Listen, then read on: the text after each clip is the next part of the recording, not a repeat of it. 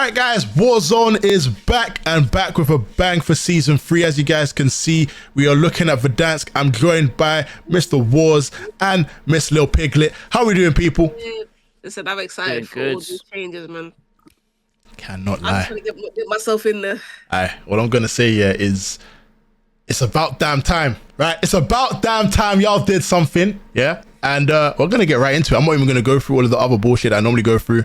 Let's get right into the vid. You know what I'm saying? So guys, Verdansk is officially dropping 2 days. Well, actually, it's probably a day and like 20 hours now. They've got a lot of stuff going on. Like, I mean, I don't really know where to begin. Do we even want to talk about, let's say, the bigger changes, or the ones that, you know, are monumental considering what we've had with BO6 over the last 6 months? Or do we want to go through the, you know, just the boring old stuff that, you know, we hear about all the time? I think we go through the important stuff. Pretty important stuff.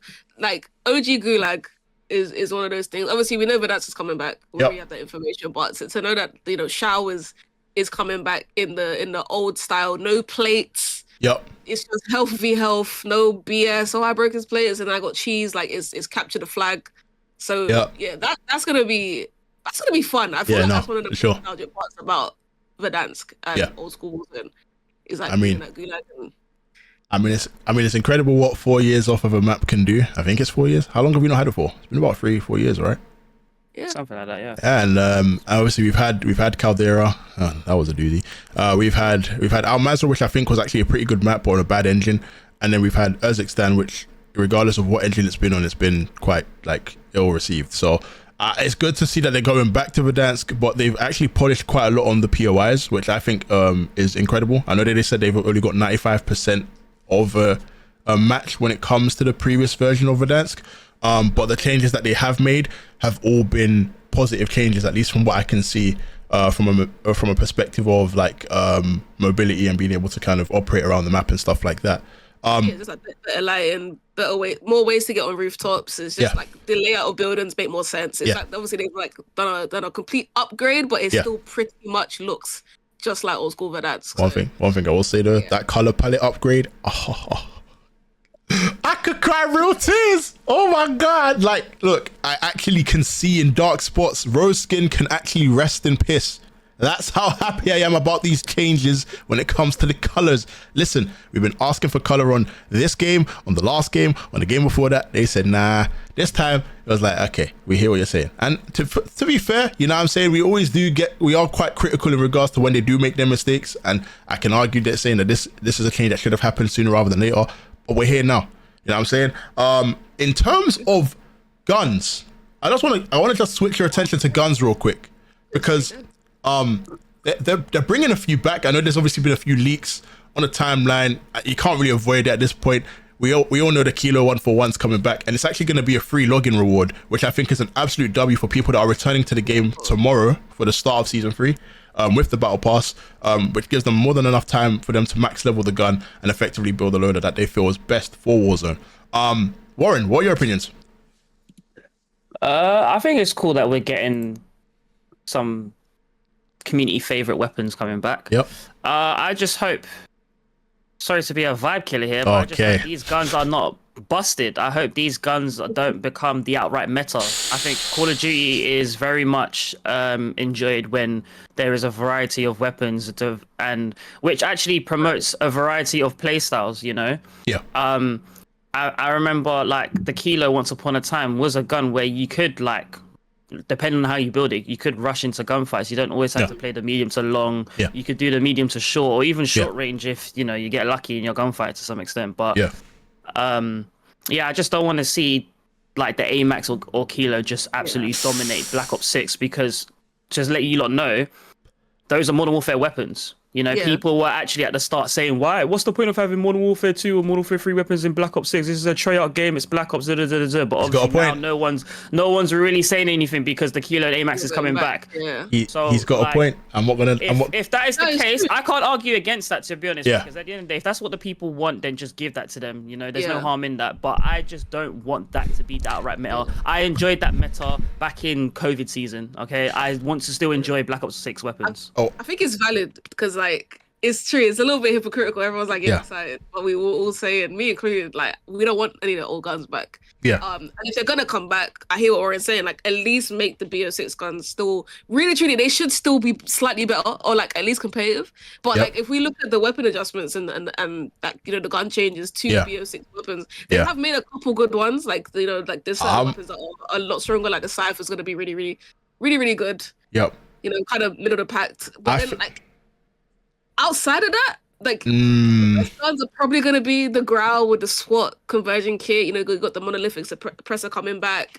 You got like the Kilo and the Amex, and it's looking like those probably will be meta, which is kind of sad because like even though they've made adjustments to BO6 weapons, I still don't see them being better. I think, and this is gonna sound incredible because obviously, like I think what's the biggest thing that you're gonna look at here is that. Yes, like if you look at the weapon adjustment section on the patch notes, you'll see that there were quite a lot of buffs and nerfs in regards to ranges, but damage and buffs will happen all across the board, especially with the AR section. I can obviously speak about the SMG section in a different light, but one thing I will say is that the TTK that they are trying to match, and this is something quite interesting, they really wanted to go back to OG Verdansk with the TTK, and I think for them to get that, they've had to buff the damage but lower the range on all of the ARs that are BO6. So every AR in BO6 got a buff when it came to damage. And effectively the TTK difference, I think back when we were in Verdansk, it was like closer to like 600 milliseconds. I think it might be different with SMGs to ARs, but it's now been dropped to 889. And that's with the Cypher. So I think when you look at the minority of guns that are coming in, like the Growl, the Kilo, and the AMAX, I think they're trying to level them with those guns. They're somewhat trying to match them with those guns. So I would be very surprised if we have an outlier. I generally think it's going to be a manner of everyone's going to have a number of guns that they can compete with, and it's more dependent on how you build the gun. And obviously, if you look at the fact that now there's no expectation of having loadouts, you can actually now have a default loadout, which I think is an incredible addition. Because now any gun that isn't in that default loadout section is somewhat competitive to the current season's meta, which they're looking to constantly update, which again, I love Call of Duty 4 because they shouldn't necessarily have one way of doing things. They should try and find a number of ways to kind of make things more competitive. Well, speaking of weapons as well, like looking at, because obviously I feel like the ARs are a lot more competitive, whereas I feel like the SMGs, this is where we're gonna see. Oh yeah, no. We're not getting any old SMGs back. It's mainly the ARs, right? So can you pick out like 2 SMGs right now that have been changed that you could tell people like day one, take these in? Okay. I mean, no bullshit. That Jackal PDW is going to be an absolute problem. Look, I've only recently started using the Jackal again, back on Rebirth Island, and I'm having a lot of fun with it. They have made a couple of nerfs to it from a mobility aspect, but the amount of power this gun's going to pack on day one, like people are not going to be using the KSV. They might use the C9, and they're most definitely going to use the Sorg, but that Jackal is an outlier without even a question of that. I'll be really surprised if the Jackal is not used. I thought it received a nerf, no? No. It received a nerf in multiplayer, which we'll talk about. Okay. I thought it was across Call of Duty. This is something completely different for Warzone. It's just been given a crazy buff at pretty much every range. And they even removed one of its damage ranges so that it stays consistent between ranges 1 and 2. So that's minimum and mid. So max range has its own. It doesn't have a drop off from max until you get to minimum range. So its mid range is the same as its max, which is incredible. I'm surprised if Call of Duty players put the Jackal in their top 5 SMGs for Warzone. That is. I know everyone's favorite would be like MP.4 and the Mac 10 and all that kind of stuff, but I think the Jackal slides itself in there. it's very as reliable. a top 5 SMG for Warzone. For Warzone, yeah, for sure. It's been reliable, in my opinion, since the launch. Yeah, I would say so too. I mean, KSV has been probably a bit more recent, and C-Land's obviously been quite dominant over the course of, I think, when they paired it with the Model L and the GPR 91, like that was kind of the go-to. But I think considering how like it kind of got nerfed and people weren't really using it as such, there's going to be a plethora of people, and I think this probably has something to do with the Black Ops 6 weekend that they're going to probably be launching on Friday. So if you guys haven't got the game and you want to have a trial of the game, you're probably going to feel how good the Jackal is. I implore you to try it. But yeah, there'll be definite cases why they've kind of gone with that specific SMG for the period of time that they see the season playing out. Obviously, we will have a mid-season update at some point to kind of see where the weapon adjustments will be. One interesting point, obviously, is the fact that they're bringing back the HDR. That is going to be a one-shot kill from all ranges, of any range. So let's just say Iron. I know there's a few of you guys that used to watch Iron.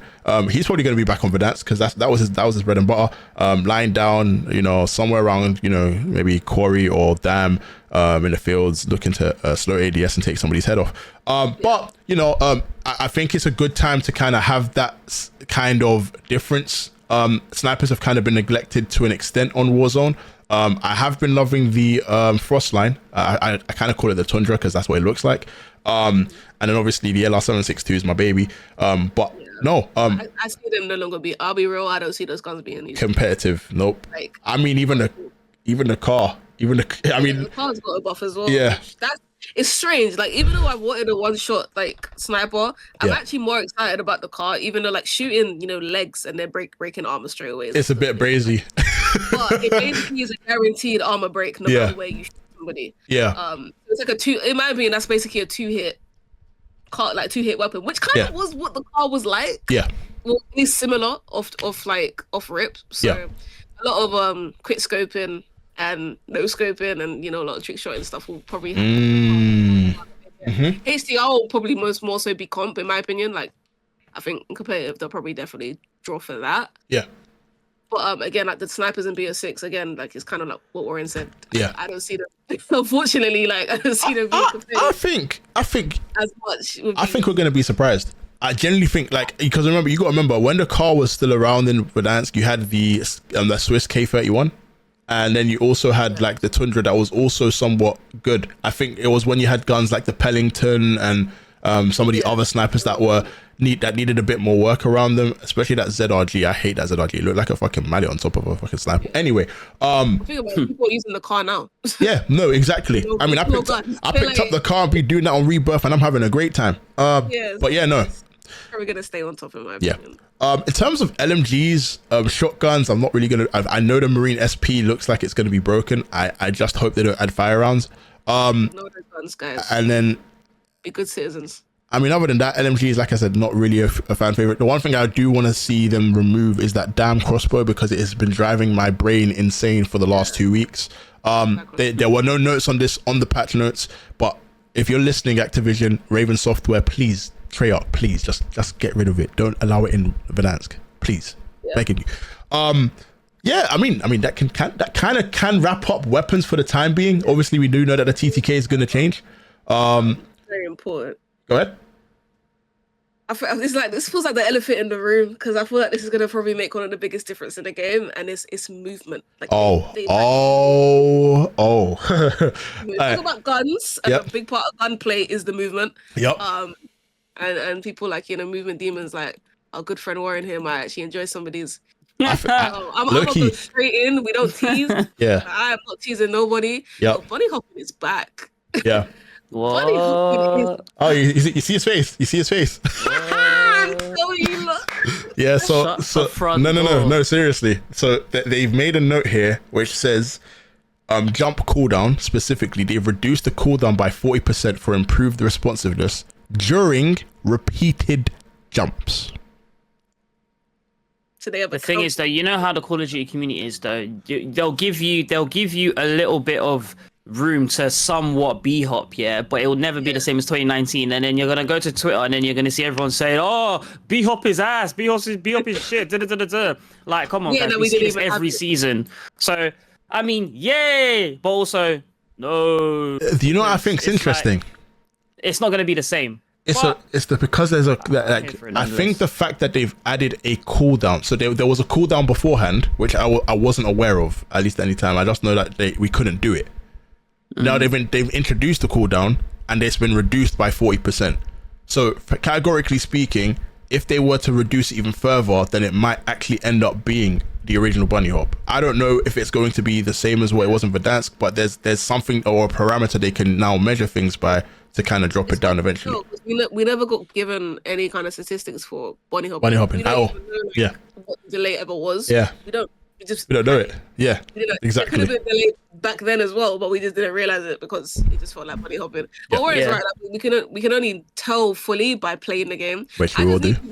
Like, not grateful, but just like, accept what you're given, right? Like, if jump is improved by any means, just take it. Like, literally. Go on Twitter and be dramatic, because we could have nothing. Like, it's at that point where we played it. Like, you literally couldn't jump consecutively. If they're letting you do that, even if it's just 2 jumps, just take it, man. Like, I mean, why the hell are you going to be jumping 3 times anyway? You know what I'm saying? No, but anyway. No. I'm playing, but I think what's more impressive here, and it's something that I think has been quite a dialogue within the Call of Duty community, or specifically the Warzone community, is the requirement or the need to have Warzone as its own standalone like game, away from multiplayer, away from zombies, and have its own kind of feel to the game. And something very important in the notes that they actually they speak about here is that they're looking to fine tune the Black Ops 6 player movement by ensuring a balance between fluidity and responsiveness, but it's specifically to Warzone. So they want Warzone to have its own movement dynamics that are, again, separate from the multiplayer experience, from the zombie experience. So effectively, from this update, from what I understand from this update, this is kind of the move that they want to have for Warzone foreseeably. So like realistically, when whatever COD 2025 drops or 2026 or whatever the games offer, that this game's movement will be unique to Warzone. That's it. So, and that's something I know that people have been crying out for in terms of like, look, we don't need multiplayer integration. We don't need gun integrations every year to kind of mess up Warzone from year on, year out. And then obviously we have issues in regards to bugs that are going to take about 6 months to kind of execute. They don't want any of that no more. Like, it's generally just and I think this is something that, at the end of the day, we don't want it to be a thing where we look back at Warzone and think this is something they could have done and they've left it too late. So the fact that they've done it now as part of this big update that is arriving in a couple of days is a W. Just briefly, in terms of like movement speeds, I know that people are going to have a look at these notes and going to be like, oh well, they've nerfed everything. They've kind of, what they've done is that, at least from what I can understand, and I think I went through this with Piggy yesterday, but they've kind of just looked at a way in which they can more or less replicate what Verdansk offered in terms of movement. And they've seen that Black Ops 6 tends to have an element of overshoot. And what I mean by overshoot is kind of like there's too much commitment towards movement. So like you're overcommitting in terms of maybe your slide or your strafing, like it's too much in terms of having out of control movement. And they want to make it a bit more. That might be easy to understand. Yep. Has anyone ever gone to slide to a corner but has wanted to stop and then go in the opposite direction, but your slide has taken you past the flipping corner because it didn't stop?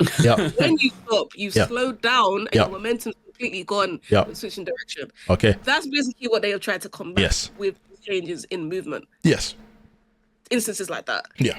No, that's a perfect example actually. And in terms of it just being fluid, like they expect it to be more responsive and again more like a Warzone feel. So like where you might have that scenario in multiplayer and it might work to your advantage, you're likely to be in a disadvantage if they keep it the same way on Warzone. But that change I think is going to be welcomed by quite a few people. Of course they're going to see the percentages and think, wait, why the hell are you reducing my movement speed when crouching or when I'm standing to crouch or whatever? I even thought that potentially snaking might be back. We don't know. We're going to have to wait until the game drops in a couple of days. But what I do know is that this has to be a thing where people have asked time and time again, please make the two things, they can coexist, but don't make them don't align them with one-to-one.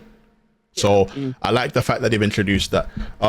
Obviously in terms of like stuff like slide friction and stuff like that, or omni movement slide and back speed scaling, no one's going to really understand that until they play the game. But the idea is, again, they've paid close attention to what's happened, maybe from a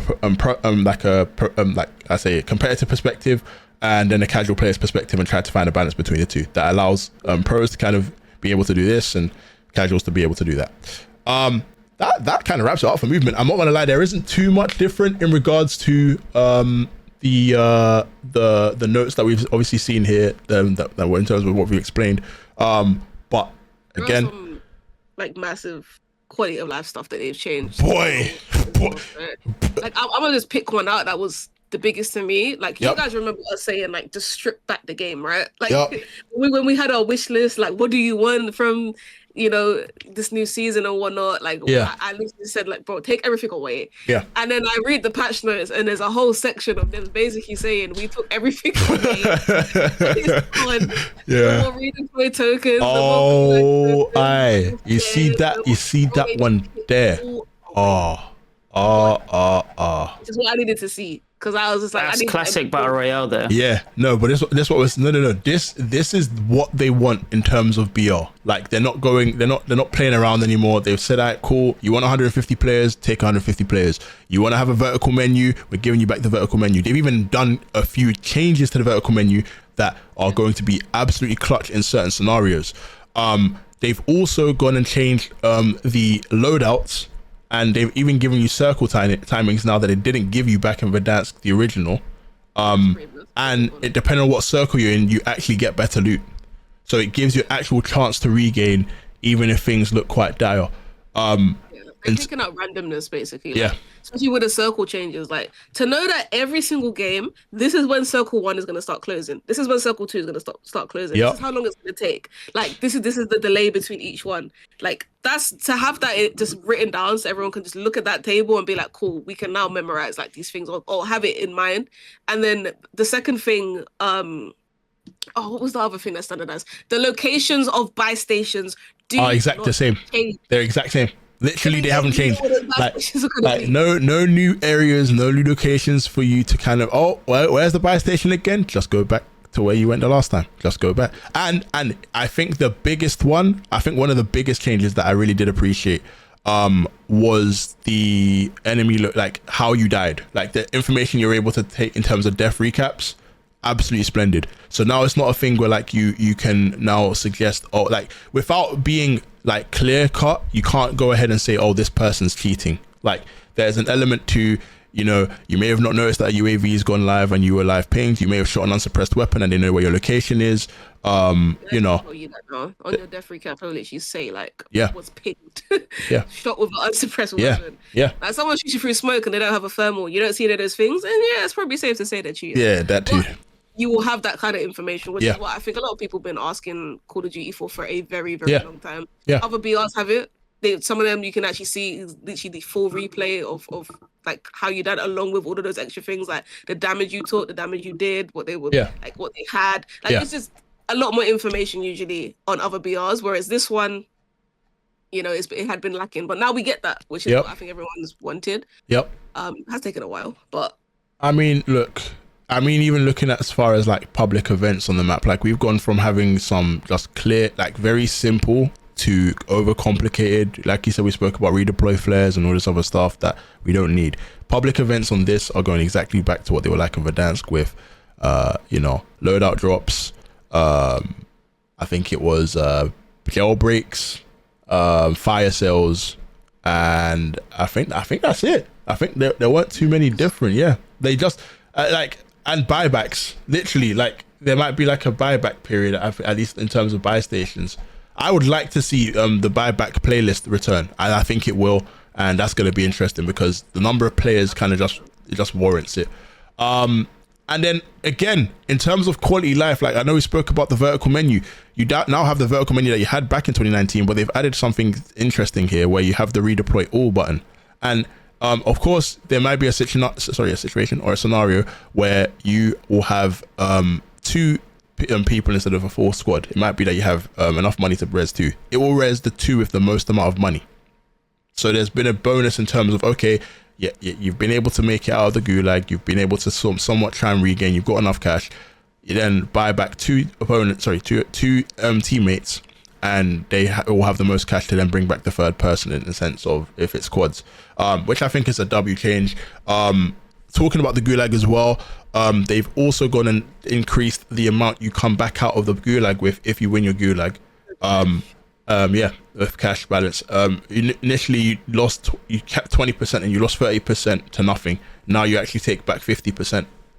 Yeah, you know, I think that regaining was always like a massive issue. Yeah, it's always been a massive issue, and it still is. Like whether it's Resurgence or big map, like to regain and find like how much money. Like say you die with a bag of money, you come back and there's like 70% of it's just missing. Like it's that's gone now. And it can be really, really hard to try and literally regain that way. But now a lot easier to get back into the game without having to necessarily like go and try and find 10k. And, you know what I'm saying? Yeah, no, exactly. And that basically compensates for the whole like the other stuff they added. So like the redeploy tokens, flares, gulag tokens. Yeah. So like there's no harm in adding more cash onto the map, or like in certain areas there's just higher tiered loot boxes or something. You know, that's how Verdansk was. Like I remember, I don't know. Well, I wouldn't say recently playing Warzone. I haven't played Warzone in a long time, but Black Ops 6 Warzone, red boxes weren't. I still expect a duffel bag to drop out of that, and no duffel drops out of it.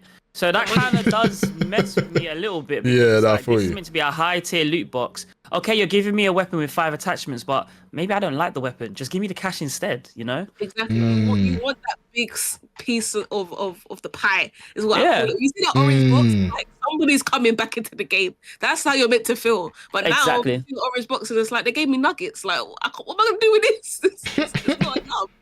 And also to also link to the kind of buying your teammates back and it being a lot easier with more money, they've made it so you actually start closer to the ground, so you free fall for less time when you come back from a buy station, which I mean, it depends how you look at it. I think it's a lot better than like starting how many thousands of feet in the air, everyone the whole map can see you dropping down, whole map can see you. Do you know what I'm saying? Like when you're dropping closer, it just means you're gonna get to the ground a lot quicker, and you will come back with. I think there's smoke grenades on like every loadout that you get, like when you get back in. There's smoke grenades on every single loadout, so at least there's a little bit of like playmaking that you can do when you for sure. Yeah. I mean, if you look at that also, like, it's not like I spoke about the sort of loadouts you come out the gulag with as well, but like depending on what circle you come out in, you actually get added attachments to the guns that are in selection. So say for instance you got a C9 if you were in circle 2, that C9 might come with an extended mag in circle 3. If you're in circle 4, you come out, you get an extended mag and then another attachment. So it's more likely you're getting a better rarity the longer you stay in the game, which I think is quite rewarding because it doesn't force you to kind of think, oh, I have nothing without my loadout. You can do some plays to kind of get you to from A to B. You know what I hope this does? I hope this tones down ratting, because a lot of people would rat. They've just got niche. Nothing. They by themselves. They don't know what to do, so they're sitting in a corner, and you are the one that runs past them. Yeah. You're frying on the 20, and that's that. They turn around, hiding behind the fucking door. Yep. I hope that when people now come back in, they have a little bit more confidence to actually do something and regain on the map, so there's less people run. Obviously, the player base is going to be the player base, but listen, if I'm in that full circle, and I see a smoke, I'm on to you. I'm on to you. Man. But even the smaller things, like they've gone back to the classic loot boxes and how they sound. I know they had one down at London Bridge, or not too far from London Bridge, for the Verdansk launch, reveal. Which if you scan your QR code, you can actually get double XP on. Don't say that Timo Too Good did not help you out there. Secondly, you've obviously got the option of, I believe there's an issue. So like they've gone back to even tablet models. So effectively every contract you pick up now is a tablet model. It's not like what it was, or the laptops that we've had over the last 3 or 4 years. On top of that, the return of the actual contracts are back now. So you have supply runs, you have bounties, you have most wanted, scavengers, and recons, and they've taken out big game bounties, signal intelligence, and spy drones. So of course some of those contracts will probably be missed. I'm not gonna lie, I don't think anyone's gonna miss them that much. Going back to supply runs, which I think are quite fun, most wanted, which actually again they almost value the life of actually playing your life and being able to outwit people into forcing mistakes, or effectively just trying to bring your teammates back at their best convenience. And you know what I mean, like it just makes it feel more like the old school Verdansk that we were used to playing, and effectively we knew what was at a cost if we made a mistake. I also think that when we talk about equipment, there's obviously a issue, or there were a few issues with Verdansk the last time we played. I know we speak specifically on thermites and how, you know, getting hit by one, regardless of how many plates you had, you were instant downed. They've changed that now. They've definitely made it a thing where it has to damage in terms of ticks. So effectively, if you've got a full plate of armor, or like a full set of armor and your health, you'll probably lose your armor. But if you have 2 plates or less, you're going to get downed. I still think somewhat is broken, but it is fire. If you get burnt alive, look, bro, like, what can I say? Your Kentucky Fried Chicken or barbecue chicken. It's not my fault. No, that makes sense though. If a lethal has literally hit you direct impact, it should do a significant amount of damage. I think the only lethal that shouldn't one hit you is throwing knives, because you can survive a knife in you. Or like an axe, throwing knife. Or throwing axe, yeah. But if it's like a thermite, that should definitely get you. You know, all your plates off and half health, maybe. You know, if it's like a Semtex, I think Semtex should just kill you in one. Like, that's a grenade and it stuck you. Yeah, no, I think you should be rewarded for sticking somebody. Frags, I don't think that should kill you. Like, unless it's at your feet, you know, or it's exploded. Nah, but you know it is. As in, like, someone times it and it explodes right in front of your face, then that should deal significant amount of damage. But I would definitely agree that the thermite and Semtex should deal enough damage to the point where it's like, guys, I can't engage. I hear what you're saying. Like, you should be afraid of a thermite. Yeah, there's a bit of realism there, which is what I don't mind. Obviously, I know people saying I'll bring back COD when it was arcadey and stuff, but we do like the realism aspect of that. If I stick you with a thermite, you know, I'm expecting to have you very, very weak as with a Semtex. Everything else, I'm not really fussed with. Like, you can sponge those to some extent. I do want to bring to I want to bring up to like that there are a few things that I don't like that they're keeping in. Look. Talk about it. There's a requirement for me to have visual clarity on this game, and I think they've done a very good job and they're able to show us what they've done with game engine footage. But the one thing that I picked up is that experimental guess that I just hate so much. Like, like, look, I can deal with concussions, right? I can deal with stuns, I can deal with smokes, snapshots, stim shots, like all of that, flashbangs. I don't care, right? Those are all part of what the original Verdansk experience was like. Giving me experimental gas is not what I'm like, because I'm going to be hip firing like donkey hoo-ha and all of a sudden I'm dead, right? Is it because you're a little camper? No, it's not. No, it's not because I'm a camper. It's because if someone flushes you out with experimental gas, you just don't know what to do, like a little guppy. I feel like he's calling me. I feel like he's calling me out like how I'm a .79 demon back on Verdansk again. Right? I mean, that's not what's happening. That's not what's happening. Flushes campers out. So if you're a no. But what if? Okay, but you can use it as an aggressor as well. You gotta think of it. It can be used as a camper. You can use it as an aggressor. You can use it. Now, in the case of me being the aggressor and the campers throwing it out just so they can get shots off of me and outwit me, don't get me wrong. Game IQ, I reward it, but right behavior is just something that, you know. We're in 2025, bro. Like, we don't need to be having experimental gas in Warzone. I'd say it's the least effective, but out of the other tacticals, no, I'd say decoy grenade's the least effective. Yeah, decoy grenades are us. But the experimental gas, considering your frustration on it, is a sign in itself that it's a good tactical. No. It's cheese. It's cheese. No, but I'm not even talking about the good kind. Let's be real. It does have a natural. Or just have a gas mask. Yeah. All these other like grenades and stuff, you either have to have a different perk to help you with it or something like that. You can find a gas mask or buy it on the map. So really and truly, maybe people should just start picking up gas masks more. Like, put the stim shots down. Make some plays with your stuns and flashes. Yeah. Okay. Fair enough. I'm trying to hear it. Okay. You know what I mean? Okay. I want to ask about a change they made and our opinion on it, because I feel like people are kind of torn on it. Yep. So you know how at the moment, if you're about to get airstriked, it tells you the direction of the planes, the bomber planes on your map. Yep. So they've removed that now, and it's back to just being a red alert in text. Yep. But you don't get any indication of its direction or where it's going to be on the map. How do we feel about that change? I feel like my take is going to be controversial, but I'll let Warren talk first. Okay. I like it personally. I think if you're not going to show us any sign of where it's coming from the minimap, at least give me sound cues to give me a rough understanding of where this plane is coming from. Right. Naturally, when there's an airstrike, I'm going to get inside the building. You know, that's just survival instincts for you. Yeah? Right.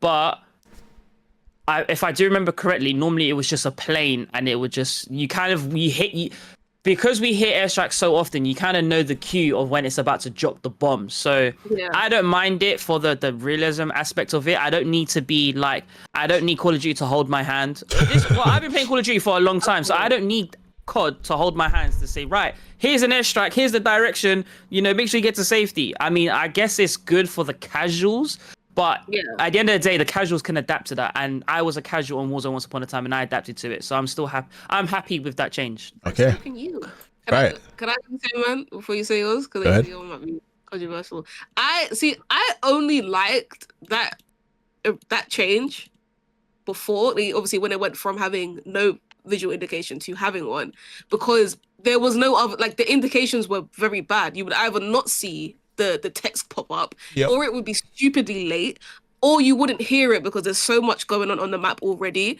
that you can't even tell when an airstrike is actually about to land. That's why I like the change in the first place, because they weren't doing anything in game to help you even realize that it's happening. But if they fix that with audio, which we could talk about very soon because they made a lot of changes to audio. Oh boy. Separately in categories. If those things have now fixed that, where I can actually differentiate between if I'm hearing a helicopter or if I'm hearing a plane that's just passing by to if I'm hearing a cluster strike, then I will 100% like this change. I do think it was a bit noob friendly to show a whole thing on your map that gives you the exact placement, because a lot of people just dodged it. I'm gonna be real, especially how soon it came up too. It gave you a pretty long time to move. So if they fix the audio cues for it, then I'm all for it. If not, then I don't know how that's gonna be. Okay, my controversial take is, I think this needed to happen. I think far and far between. You always get this opportunity where you see it on the mini map and you know how to dodge it, or you kind of made your rotation away from it so you can stay alive. And I think to an extent that almost doesn't require any form of skill. I'm not saying that to dodge one without seeing on the mini map takes any, but I think it's more or less in regards to your game awareness and understanding cool. You need to kind of keep a distance. If you do hear the call out, you need to have your ears peeled. And if you notice that there's a mountain of footsteps, maybe a squad or a quad stacker after you, at least you know what how things are kind of going from a play-by-play perspective. I think the bigger thing for me is if they're going to remove the visual, I have no issue with that. My issue is that the buildings cannot be made of paper mache. There's no way. No, generally speaking, because look, we are guarded and we are safe inside of whatever building we're in. But for whatever reason, as soon as it hits you, you're thinking, I've got this, crack, and then you're downed. No, that can't. That happens so often in Verdansk. I think it's because some people aim their airstrikes in windows and stuff. So there's some sort of broken kind of kill streak mechanic there, where if I aim the airstrike at the window, a bomb will land in there and you will still get hit. So I think that probably needs to be fixed if they haven't touched upon that already. I think it should still be a thing that you should be able to aim an airstrike at a broken wall, wherever it may be, because you want it to land in the broken part. But like what you said, Timo, it's the fact that there are no windows or open windows or wherever it may be. I'm in a building and yet somehow it lands on the roof and kills me. Now that's the kind of realism we don't want, because we know IRL we're getting blown the fuck up. Exactly. Exactly. But in a game, if I'm in a building that should be made out of steel, Superman should have made that shit. No, exactly, bro. But that change obviously comes with quite a few different changes in terms of kill streaks. Hallelujah, they got rid of bunker busters, right? That they had no place in Verdansk anyway. And if I seen that come in, whoever I need to talk to at Activision to have a conversation, maybe over a cup of tea or something, I'm gonna make sure that their biscuits say bunker buster on them. Anyway, they got rid of that. They got rid of care packages, counter UAVs, foresight, napalm strike, SAM turrets, and sentry turrets, and they've kept to the true values of the BR experience with Verdansk and included advanced UAVs, where if you activate 3 at a time, 3 consecutively, they turn into an advanced. You have cluster strikes like normal, precision strikes like normal, supply UAVs, and that's it. So I look at it and think, well, honestly, I don't think we need any more than that for the BR experience. I think the limit, keeping it simple. Gunfights. Yeah, exactly. And it's organic. It's organic gunfights. Nothing, you know what I mean? So for me, it's just that had to happen. I'm happy that they've done that. The other thing I would say is that they've removed lootable perks, at least temporarily, which I think is great because Verdansk didn't have any lootable perks, at least if they did, not immediately. And a specialist perk is obviously something that people picked up from Nakatomi Tower, which I would love to see make a return at some point in the future. But we're just getting the game literally in 2 days. I'm not expecting anything crazy to happen in the next like 2 months. Talking of which, actually, I think Piggy brought up an audio section, or at least things with audio, and I think the only thing that I could pretty much remember from reading was the return of the actual audio. Like when I say audio, I mean like hit markers and plates and loot boxes. Everything that in terms of sound they had in Verdansk is coming back to this engine. They have basically separated cinematics, music, the announcer, hit markers, armor, and armor breaks. Oh my god! Which is like, you know when you're about to die and you got that heartbeat. Yeah. They've adjusted all of these audio settings. So like footsteps recording. So for example, if you're behind your teammate, their footsteps are lower. So your teammate footsteps are lower if you're behind them, because clearly you can see them. So it's like, why are they? You know what I mean? I know they're there, kind of thing. So they're allowed looting chests. So like just genuinely just looting around. They just like finally separate everything individually and adjusted those sounds, because this is what I mean by things was to start to blend into each other. Too much clutter. Running around, you're picking stuff up, you're doors, and it's like it almost feels like everything is the same level, and it's like, I cannot even differentiate. Yeah, exactly. When someone says I can't hear myself think, they're being genuine. I promise. It's one of the ones. So I think that's a really good change. I would like to see that potentially in game. I don't know if this is just something they've done themselves, or if this is something that we ourselves can change. I think this actually should be. I don't know how much freedom they should give us, but I think some of these things should be something we can actually change ourselves. Yeah, especially when it comes to like general looting, they should let us turn that down. If we don't want to hear, we don't want to hear the Don't get me wrong. Do you know what I mean? Yeah. No, for sure. I think also that like the focus specifically on footsteps and ladders, which again I have been up to here.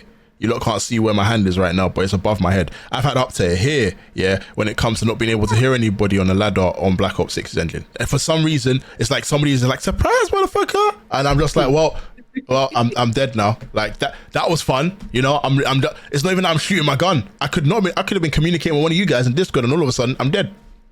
Like, what happened? I'm happy they've made a few changes. Climbing up a ladder should be one of the most like exposed sound cues you should hear, like because they I don't know if I remember correctly, it sounded like they were climbing up a metal ladder, and you hear exactly donk, like you actually hear it. You made the sound, sorry. It's more of a clang than a dong. My bad. It's more of a clang. No, you actually got it right the first time. Dong. Depends on the shoes. Yeah, exactly. It does depend on the shoes. But so they've worked on footstep loudness, footstep pitch, ladder sounds, boosted audio cues for jumping, landing, and distinctive ceiling footsteps to clearly indicate players running overhead. So you're going to notice a distinct difference between people above you and people below you. You're also going to hear when somebody's parachuted in, which I've also had an issue with since probably Modern Warfare 3, probably towards the end of Modern Warfare 3. You've been wanting that for ages. Okay, there you go. And now there's an actual like clarity and volume when it comes to melee sounds as well. So if you hear somebody like around that's either like looking to reload their gun or use their melee, you can now hear those cues, which I think is actually quite interesting. Clothing gear sounds are now distinctly tuned for Call of Duty Warzone, separate from previous titles. Again, like I said, they're looking to split their audio tracks away from multiplayer and kind of stick strictly to Warzone. And then obviously in terms of bug fixes, I'm not going to really bore you with the number of bug fixes they've gone through, but I'm pretty much counting around 24 right now. I could be wrong. Okay, I do think it is a great time to reflect on the anti-cheat, because they did release a blog post not too long ago, which I completely ignored as soon as I looked at. Huh? The A word. We were on a high. Yeah, no, I can't lie. We listen. Everybody that none of these changes mean anything. We got a job. You know what I'm saying? So we got to do what we got to do. You know what I'm saying? It's true, man. Like everything we've just discussed, literally is null and void. Like if there's no work and anti-cheat. Like this is really and truly. We just read like how many thousands of words and letters just for it to sum up to if that's cheat. Yep. Works great. Doesn't work. Warzone's dead. Like it's that deep, and it's that serious. That deep and that serious. But I haven't really read too far into the what they've written. Yeah. Mainly because I don't really care what they write. I'll be honest. They keep telling us how many thousands of people they've banned. We go in the game and we run into a hacker in the first game. So it's not so much what they put in ink or on the web. It's more so it's more so the actual like when we're getting into the game. No matter what you're saying, if I get 3 hackers in my session on Thursday, there's an issue. There's already an issue. So I hope that whatever they're writing is. They've almost gone off of one a quarter. They've near enough banned 250,000 accounts over the last month, from what I can see. And they've shut down quite a few. They've shut down 20 cheat providers. Make of that what you will. Look, I look at it and think we've heard it before. We've heard them say that they're going to cut down. They've cut down tens of thousands of cheaters accounts, and then they redistribute accounts. There's no end to that happening. But one thing I will say is that the ones that they've somewhat gotten rid of more recently are actually quite significant. It's probably why they kept Verdansk on the wraps for quite a while of time, because again, they didn't want it to be a thing where, okay, you guys have the old engine, you guys can figure out how to go and do X, Y, and Z. No, new engine, we don't want any problems. I mean, look, they could still be cheaters on day one. I won't know for sure. I can only hope they don't, because it will ruin the experience that I think with the other notes that we've been able to go through, people are going to have.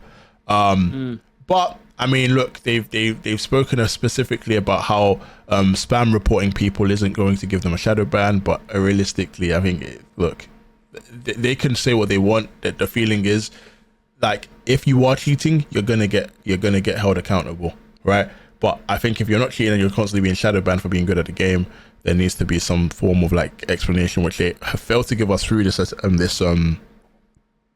notes when it comes to the anti-cheat.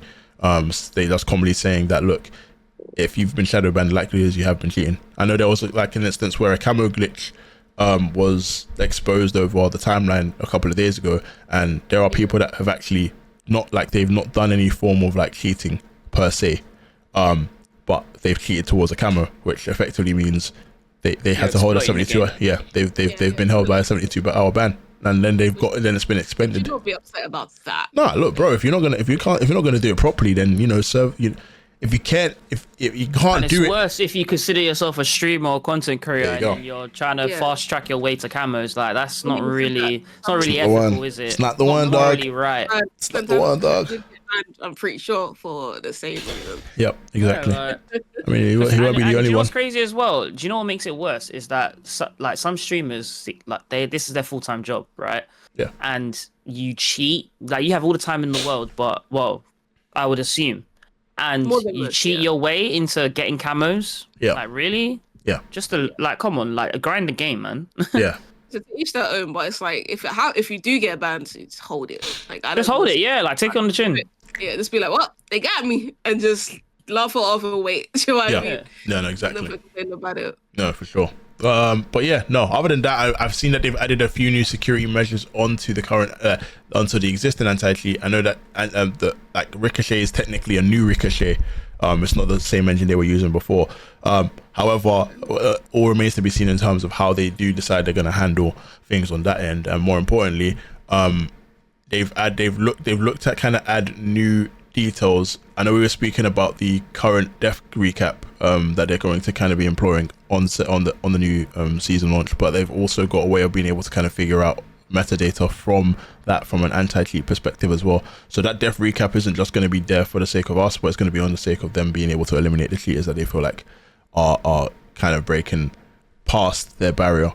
In terms of the whole, I'm not going to go into the shadow ban loop, because at the end of the day, look, they've written it down here, but in my mind, I kind of feel sorry for other creators that are clearly not doing anything wrong and they're still having a tough time.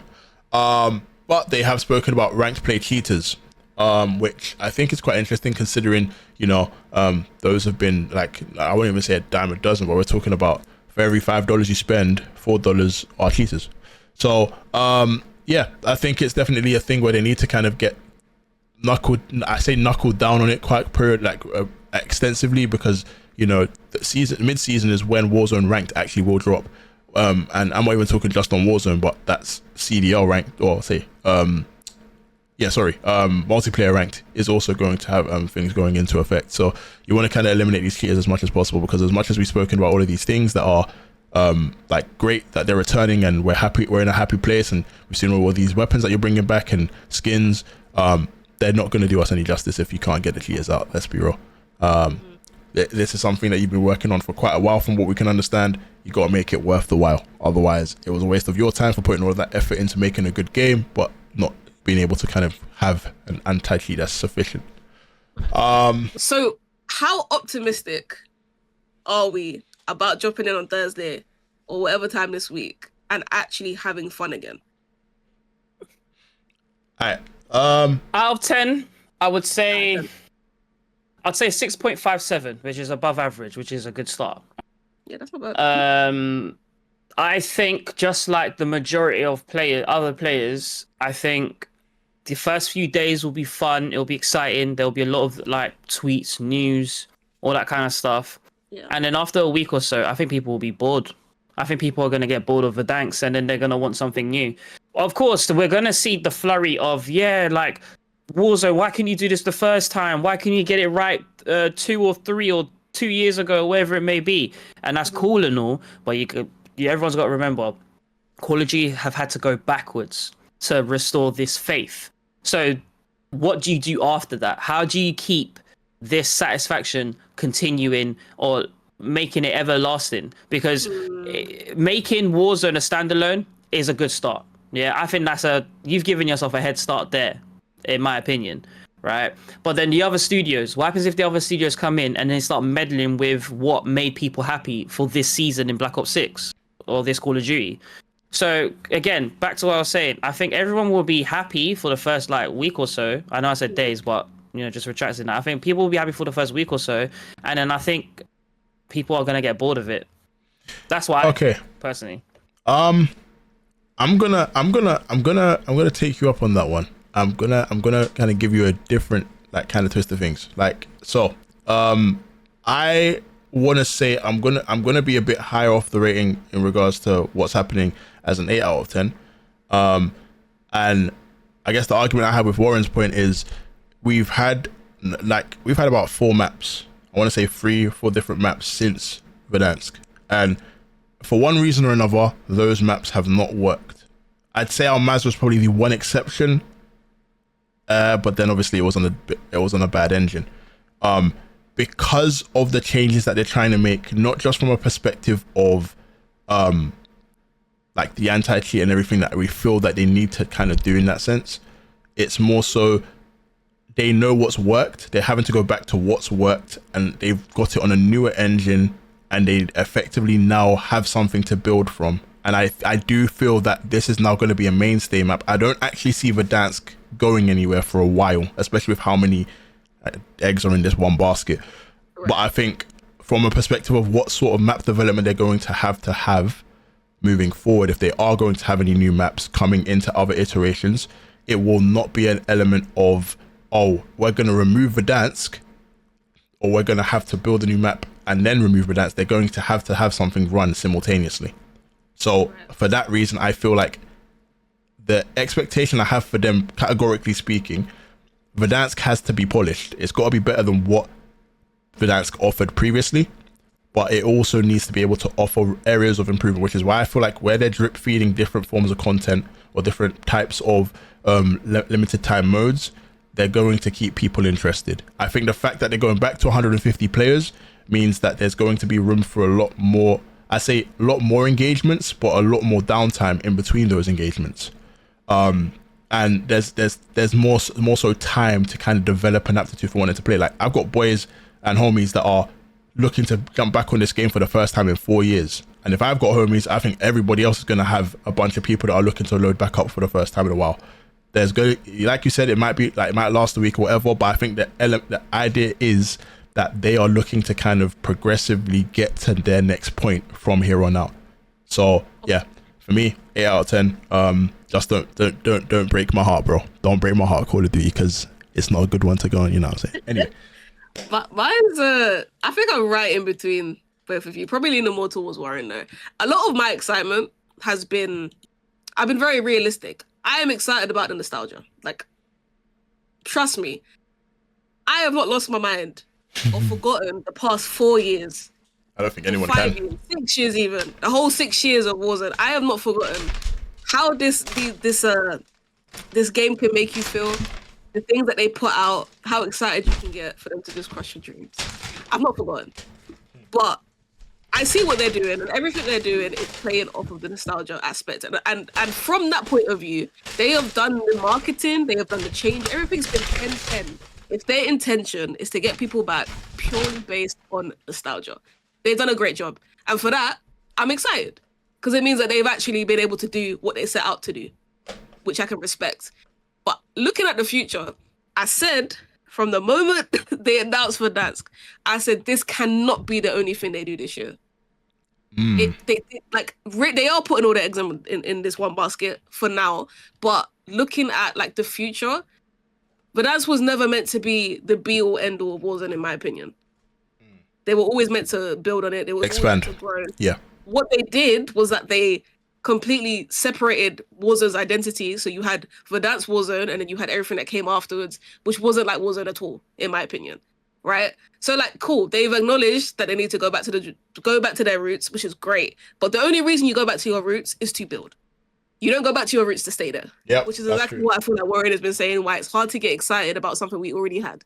Like, it's like you took it away and then you brought it back and you put a bow on it and you put it in a pretty box and said, here, be happy. I can't be too happy about getting something I already had. Do you get what I'm saying? So like, my excitement's probably like a 7.5, maybe a 7, because it's like, I'm just not that naive. I'm not naive enough to feel like this is something that brand new that you've given me. Yeah. Put all this effort into what? Taking things away. Yeah. They've done a lot of taking things away and making it look like they're adding these things, which a lot of these things we had already, right? And all the changes that they've made, really they could have done that in a year, but it's taken about 4. So I'm going to be happy for the next couple of weeks. I'm going to love it for the next couple of weeks. I'm going to advocate for this for the next couple of weeks to a month. However, afterwards, I'm going to be strictly looking at every new season that comes out. What have you added that's brand new? What have you added? Because people might come back, temporarily for Verdansk and love it, people that stop playing. But in these how many years, they found other things to fill that void with. They're not necessarily going to drop all these other things because you brought back Verdansk. And I'll use like Mercs and Tim the Tapman and those streamers as an example who have other games that they love, like Apex and Marvel Rivals, that do constant updates all the time. Their game has not had a crazy dip. Apex up and down a little bit, but right now Marvel Rivals is like one of the hottest games out. These guys are not going to just leave the game that they've loved for however long it's been out because Verdansk is back. You can't compare a brand new game or a whole completely different comp scene to one map. They need something else. They need more. They basically need like the multiplayer treatment, because we'll talk about multiplayer in a second, but that's what I compare it to. Like the multiplayer, we've gone forwards finally. Zombies, we've gone forwards finally. But Warzone, we've gone back. And it's crazy because at one point it was the other way around. At one point things were the other way around. Yeah, it literally was. So yeah, that's but my overall thing. I think, like I said, I'm in between both of you guys. Yep. I think a lot of the community is probably going to be torn between excitement and then being anxious about the future of Warzone or what's happening. And I think both opinions are fair, and you can have both feelings at the same time. At the same time, yeah, completely. And it can be very valid. So I'm hoping for the future, but right now, let's just all enjoy at least the next week. Let's enjoy tomorrow first and foremost. Like I said, like season 3 officially actually starts tomorrow. After 6 in the UK, I say after 5 in the UK. Make sure you log in, and if anything, just come run some games with the Too Good Nation. I'm saying Too Good Cast might be, doing a little sign on multiplayer tomorrow. Make yourselves available. I'm saying, we'll be speaking of multiplayer. Yeah, I'm saying. We do have a whole separate roadmap. Oh yeah, now that one there. Yeah, that one there. But actual Call of Duty.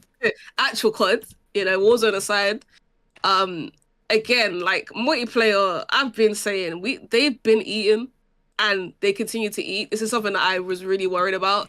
With them doing such a big thing for Warzone, I was worried that they would now neglect multiplayer because like balancing everything has not really been that easy for them. Something always takes like a dip, right? Yeah. But looking at this roadmap, I don't think multiplayer is taking a dip. I don't know about you, Warren. I don't know about you, Timo. But looking at it, I don't feel like. You know what I find? Do you know what I find interesting about this?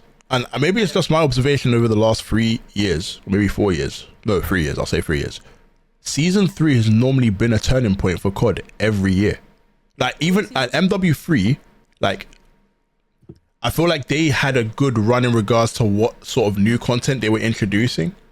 But I do feel like when it comes to like turning points, it usually is either just after Christmas, where they've had that long break where everybody's kind of frustrated with what they've dropped in December, and then February, March is where we kind of see that transition. And then for the rest of the game, you've kind of got like a clean run through in regards to, let's say, new maps, new modes, new guns. The game feels okay, like there's no issues beyond March. Right. But when it comes to multiplayer content, this is chef's kiss. Because for me, it's almost like, okay, Demolition's back, you got Sharpshooter, you got all these other things that I haven't even tried before, and then I get to do them on new maps.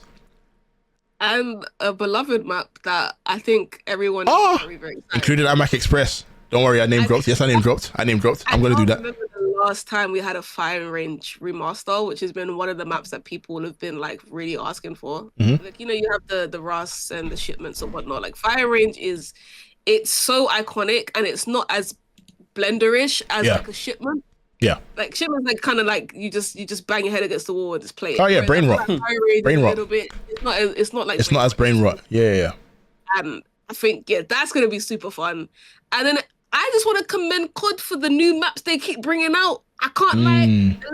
I'm really loving the 2 at launch and the 2 in season, and at least one of those 4 are always really good. Like there's always one map you can look at and be like, that can get added into comp. And I don't think that's easy to do, especially with the fact that I've kind of lost faith a little bit on like how good they are at making comp maps. Like it's already shown. Like it's not a secret. Yeah, no, for sure. The time. Yeah. But I mean, I like fresh content for multiplayer, and to have this many, and you just done one of the biggest Warzone updates of your life because your life literally depends on it.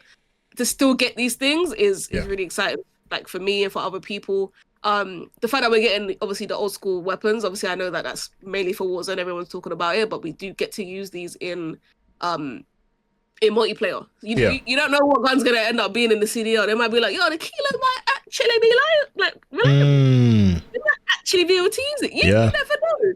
Yeah, very true. So I am excited to see like how people enjoy that, like what these maps are saying. All 4 of them are 6v6 and 2 of them are 2v2s. Yep. As well. So yeah, it's just a lot of. Oh, I lied. There's a third. No, I mean technically speaking, it's still 5. It's just a different take on one of the maps, right? Yeah. But it should be decent. That's definitely a 420, right? By the way.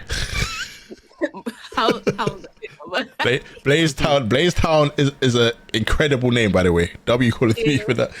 I might have to like buy the chameleon skin. Yeah, why not? But, we got obviously some new modes, and like new perks, which is another thing. Like I feel like this is really good for the casual community who decides to run around in multiplayer, like to have different perks every season to play around with, mess around with, and see how that is super good. Yeah, I just feel like it'll just be a lot of fun for people. No, for sure. I always look at multiplayer. I can't help it. I always link multiplayer and comp together. Yeah. Because whenever we get new maps, everyone's looking at the CDO like, all right, are you gonna pick a new one? Because we're kind of thirsty out here. Obviously, Hacienda got added in immediately, and then they've taken out like Vol S&D. They've taken out. I think maybe is it Skyline S&D? There's one. Yeah, they took that out as well. Yeah. So, and I think they brought in what is it? Retake? No, I don't know what it's called. It's the car park. Rewind. Yes. They've added that into S&D now, which I think actually plays pretty well on S&D. So yeah, it should be cool. I know you guys don't really play zombies. Well, I mean, look. Yes, I don't. But I think there's obviously I think at the moment they've kind of given us a reason to kind of try everything at this moment in time. So like, even if I didn't fancy over the course of the last few months, like Shattered Veil looks incredible. So it's a thing where even if I'm not going to play it for long, it's still important to at least have an experience on it to kind of have, cool, I played it, and I might go back. I saw a picture. It looked like the inside looked like Kino a bit. Yeah. I wouldn't even be mad if they brought back a remaster of a zombie map, to be honest. I actually think they might have that in the works, you know. I wouldn't be against it. I mean, I'm not like Verdansk is a separate conversation, but when it comes to bringing back the nostalgia of Treyarch like maps or guns or whatever, I'm always here for it because they kind of get it right almost every time. Okay, I wouldn't say almost every time, but I'll just say for specifically Black Ops, and do you know what I was gonna say as well? Yeah, Modern Warfare 3, just going off when we were talking about the CDL maps. Yeah. Modern Warfare 3 kind of done well towards the latter end of their cycle because I remember they brought in 6-star. And there was like 2 or 3 other maps that were new that actually ended up being in the map pool of some of these pro teams. Yeah. So that's something to look forward to for Black Ops 6, which is why I went on to say like they kind of get it right. Like the last year or so when they brought in new maps, they kind of do go into the map CDL rotation. Yep, that's true. Yeah. But if they do a zombies remaster like a Kino or something that links to the story, so let's just say anything, let's just say like Richthofen ended up on the moon, for whatever reason, I'm dead, and then they remastered the moon map, I wouldn't be mad. I wouldn't mind playing that again. I don't want to have to wait for Call of Duty to drop on Game Pass or what that was to drop on Game Pass for me to play the old maps. I wouldn't mind a remaster to some extent because that seems like the meta in gaming right now. Like look at PlayStation remastering Last of Us, Spider-Man, and it works because these fans, these gamers, they want to play remastered games. So Call of Duty should look at that as a whole and be like, do you know what? Because our fans are loving us bringing back some old stuff, let's remaster this and let's keep the hype going. I agree. So I agree. That's just me personally. I wouldn't mind old zombie maps. I think it's because the new zombie maps are a bit overwhelming. I'm not saying they're rubbish. I'm not saying they're crap. It's just a little bit overwhelming for me. I kind of just prefer the simplicity of the maps where it's just like I'm running around, running in circles. It's chaotic. But these new zombie maps, there's just so many like Easter eggs and there's so many other little things, and it's just a little overwhelming for me. But above all, with a full squad, it's still fun. So yeah, I agree with you. I will say like I think the only map to this day like that I feel like is the least. Sorry. No, good.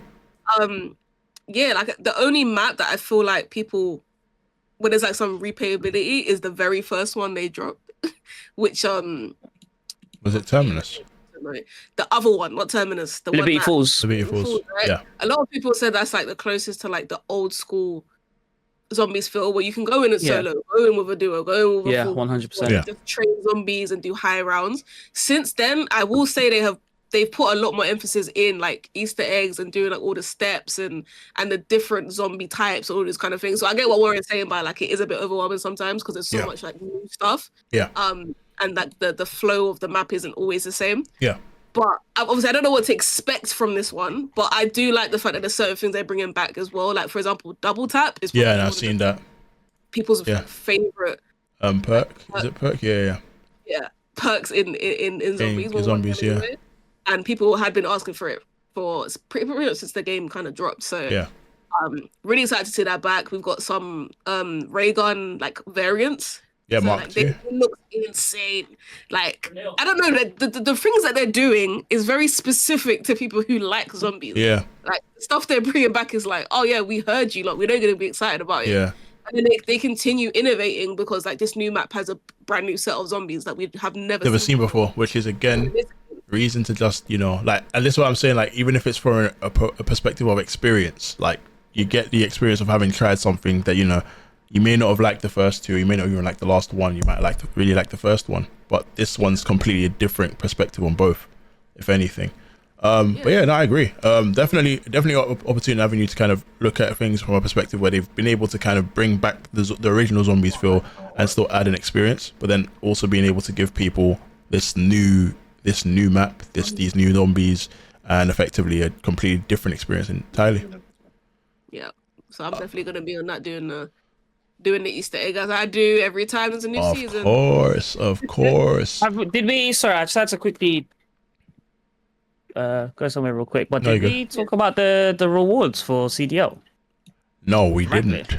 I believe. No, do you know what it is? The reason why I asked that is because that's the one thing that is just upsetting my soul every time. It's like I grind. That's how you know ranked play has got some crazy crack in it, because people will grind that till Kingdom Come, but then the rewards you get are crap. I'm sorry, Treyarch, Call of Duty, Activision, but you need to reward your players that are grinding ranked like for 6 hours a day, you know? Like give us I mean, those camouflages look cool to some extent, but look at the calling cards. Basic. That doesn't scream, oh, let me put this as my title to flex. That you know, like, it is though. Scream that. I throw something out there. For it. I feel like platinum and above, or maybe diamond and above, it's gotta be reactive camos. Yep, I agree. If there's something I can recommend they need to. That camo, I like the diamond camo. I actually like the top. I like the top 250 one. I even like the crimson one, but they need to have something to it. It should not be a colorway difference between the top 250. Nah. The same camo, but just in different colors. Yeah. No, that's poor. That's poor works. That's poor works. Top 250 in crimson and iridescent, not some crazy reactive version of the same camo, but like it moves and electricity or whatever. Yeah. Like, even as Warren said, the calling cards as well. They look okay, but they're just all recolors. If I'm being completely honest, like I think my personal opinion would be for them to remove these and have them reworked for mid-season, because that's when Warzone ranked will drop. And if they have, I would be really annoyed if they have better Warzone ranked emblems and gun camos and all this other stuff compared to multiplayer. Because realistically, I think they've had enough time to kind of monitor both and figure out what would look good or effectively what can match. Maybe from a perspective of operators as well, in terms of operator skins, they've got enough time. There's no reason why they should be releasing something that just has a different color, like a color. Bro, I could have done this in my sleep. I literally the thing is as well, you know, incredible is, and the thing is as well, people want to put their calling, they want to use their calling cards to flex, right? Or at least I do. Like I'm specific about what I choose on my calling card, because I want to flex my title and my emblem. Like that's the whole point of it. Yeah, it's just a show. It's like your how do I put it? It's like, you know, agents, they have like a title kind of thing. Like I'm talking assassins, secret agents, like Hitman and all that stuff. Yeah, like my calling card is like my title, you know, like whether it be a ninja emblem or like it might have a title of like a person shooting a headshot or whatever. Because I kind of chop and change here and there depending on the kind of vibe it is. Player. The kind of vibe it is. If I'm having a crap day of Call of Duty, I might change my title and calling card to something very basic. But on my A game, I'm gonna flex. Long story short, so bro, it really needs to be better, man. Listen, let me put it this way. People spend a lot of time in ranked. Let me put it this way, bro. We had a guy on another podcast dress up as Ghost because the vibes were high. Right now, if you're gonna give us a game that's not going to reward us in any way, shape or form, you're not going to have personalities like that anywhere, and you're not going to promote your game well enough. You need to give people an identity, something to work hard towards. Like even with the Prestige Master, I think they did an exceptional job with that, because they actually are going out of their way to kind of get plaques to people that have obviously reached it in record time. Kind of give us like, not everybody's capable of doing that, but there is there's a loot of people, a lot of people that will grind your ranked mode, give them a better reward. I just don't see that as being like, that seems like something you put in ChatGPT, ask them to just recolor it. I'm sorry, I'm annoyed. I'm annoyed. And with the stuff that I've been seeing this week, I'm not, bro. Come on, man, do something with that. Not the AI. Alright, bro, listen. You gotta be there. But yeah, man. It's a bigger, it might seem like something small, but I actually think like any rewards for ranked play in any modes should have like some of the best 100%. better than anything you put in better than anything you have to pay for in the store as well, because you've actually put time and effort into the game. You've actually grinded the game that they've put out. I agree. People bang that out in 2 months and got flipping what's this year's Dark Matter, and then Abyss as well. Yeah, but like if you're grinding ranked to get some like the top competition in every rank, all it has is a number. You have to have like some of the best camos for achieving that. It's what like bare minimum animate it. Like do something cool with it that can't be done on the regular, like from gold up to like diamond. I don't know, but 100. like from a perspective of just being able to do something different, like please, like you guys have actually released incredible camos that aren't even ranked. They're not even the ranked stratosphere. They are literally camo challenges to play Warzone and get XP, or event camos where they've done like significant camo grinds for that. Like if those things are free and they are be done in a specific amount of time before a new season, there's no reason why your ranked rewards should actually not be anything better than that. If anything, having better camos will actually probably push people to actually be more of a completionist and actually play ranked. Boost your participation, you know? So yeah, man, they've got work to do on that. I can't lie. Indeed. 3 for 4 for sure. Yeah, man. Yeah. I think that pretty much covers everything. I mean, look, if we want to kind of angle back to Warzone, I think we all kind of have a bit of an idea of what we feel like it can be like. You're gonna have to experience it for yourself at the end of the day. As much of a pioneer as I'm going to be for the game that I enjoy playing, I'm always going to be very honest on the day and tell you how I feel. But more importantly, the stuff that are returning, if you haven't already played Verdansk before and you want to have a greater look in regards to what that looks like, there are a lot of players that have dropped their plays over on YouTube, TikTok, and maybe even Instagram Reels, which you can find. You might even be able to find a couple on my channel if you have a look. But yeah, we're probably going to be live tomorrow. We're probably going to be live. By the time you guys watch this, we might already be live.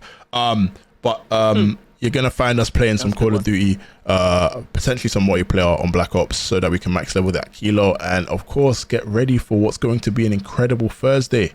But that's it from me, guys. I always appreciate you guys for locking in. As always, the best co-host on the planet. And we've got a lot of fire content coming your way. So yeah, we're gonna see you guys in Verdansk, and y'all take it easy now. Anyway, guys. Peace.